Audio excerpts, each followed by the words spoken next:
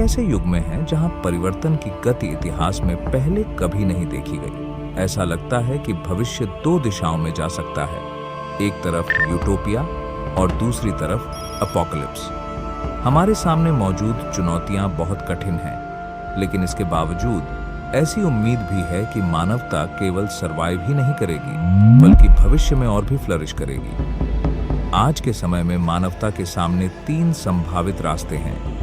पहला रास्ता है कोलैप्स का, जहां एक बड़ी कैटास्ट्रोफी हमारी पूरी सिविलाइजेशन को गिरा सकती है और संभवतः ह्यूमन एक्सटिंक्शन का कारण बन सकती है।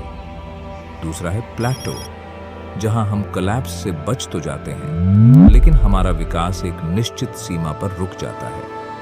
तीसरा और सबसे महत्वाकांक्षी रास्ता है ट्रांसेंडेंस का, जहां मानवता अपनी पूरी पोटेंशियल को प्राप्त करती है, ट्रिलियंस की संख्या में मल्टीप्लाई करती है या एक ऐसा रूप ले लेती है जो हमारी करंट अंडरस्टैंडिंग से परे हो। इन संभावनाओं को ठीक से समझने के लिए हमें उन रिस्क्स को समझना होगा जो हमारे सामने हैं।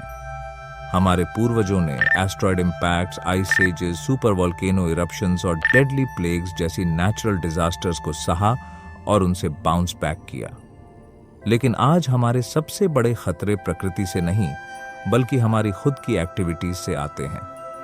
Nuclear weapons, climate change, biotechnology और एआई, आर्टिफिशियल इंटेलिजेंस मानवता के लिए सबसे बड़े थ्रेट्स हैं। कोलैप्स का खतरा। पहले न्यूक्लियर वेपन्स का खतरा आया, जिसने मानवता के सेल्फ डिस्ट्रक्शन के खतरे को काफी बढ़ा दिया।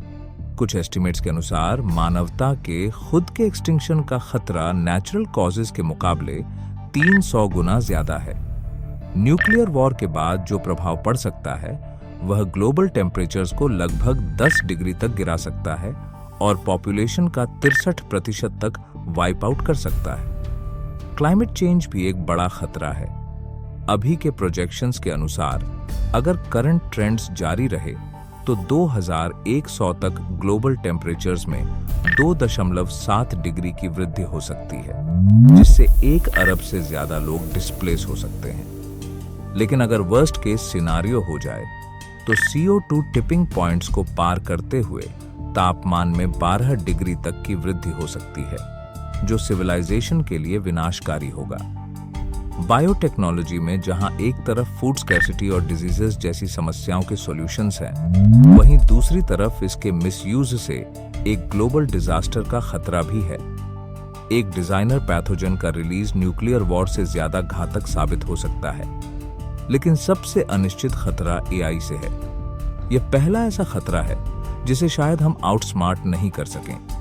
एआई एक पावरफुल एलाई बन सकता है, या फिर रिसोर्सेज के लिए हमसे कंपटीशन करके हमें इतिहास के पन्नों में दफन कर सकता है। इन रिस्क्स का सामना करना मानवता के लिए सबसे बड़ी चुनौती है। हालांकि इन बड़े खतरों के बावजूद मानवता का पूरी तरह से समाप्त हो जाना संभव नहीं है।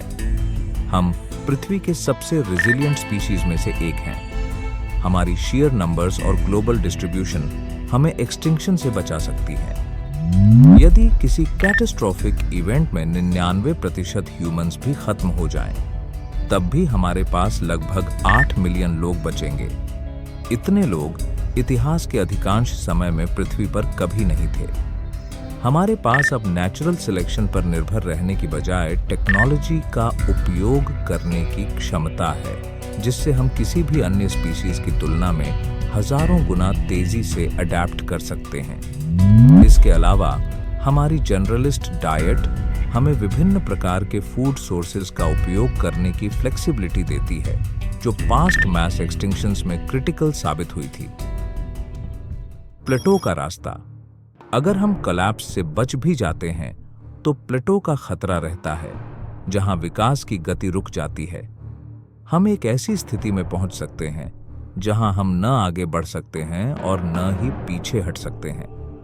लेकिन वास्तविकता यह है कि यह स्थिरता केवल टेम्परेरी हो सकती है।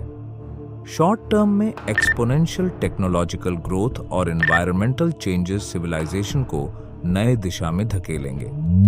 आगे बढ़ने पर हमें और भी बड़े डिसरप्शंस का सामना करना पड़ेगा। आने वाले कुछ 100,000 सालों में सुपर वोल्केनो इरप्शंस और एक नई आइस एज जैसी प्राकृतिक घटनाएं होंगी। अगर हमने सभी फॉसिल फ्यूल्स को जला भी दिया और पृथ्वी को गर्म कर भी दिया, तब भी ग्लेशियर्स एक दिन वापस आएंगे और लार्ज एरियाज को कवर कर लेंगे। आखिरकार हमें super volcano eruptions, climate change और एस्टेरॉयड इंपैक्ट्स जैसे खतरे से निपटना होगा।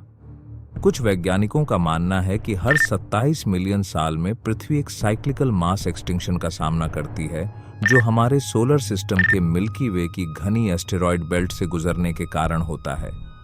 और करीब 1 अरब साल में सूरज की ब्राइटनेस इतनी बढ़ जाएगी कि फोटोसिंथेसिस संभव नहीं रहेगा और समुद्र धीरे धीरे इवेपोरेट हो जाएंगे, जिससे पृथ्वी पर जीवन समाप्त हो जाएगा। ट्रांसेंडेंस का रास्ता।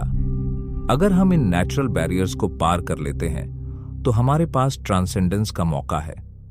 भविष्य में मानवता मल्टी प्लैनेटरी स्पीशीज बन सकती है। हम स्पेस में सर्कुलर मेगा स्ट्रक्चर्स बना सकते हैं जो कार्बन नैनो ट्यूब्स जैसी एडवांस्ड मटेरियल्स का यूज करके बनाए जाएंगे। इनमें 1 अरब से ज्यादा लोग रह सकते हैं।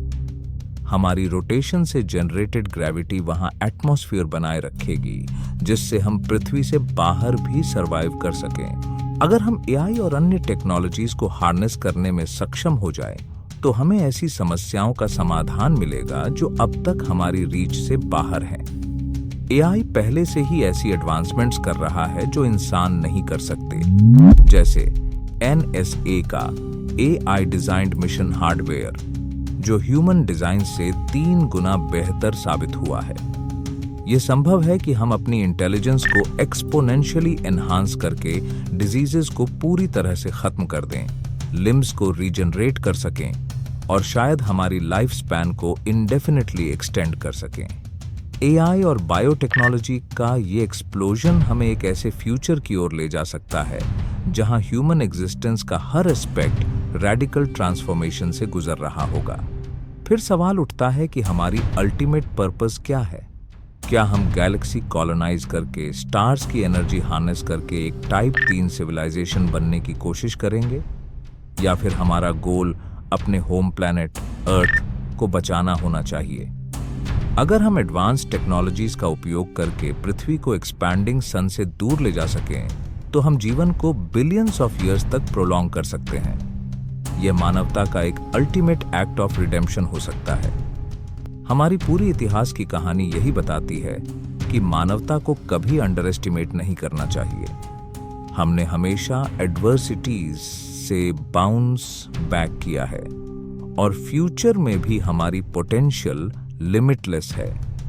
जो रास्ता हम चुनेंगे वही हमारे भविष्य को शेप करेगा।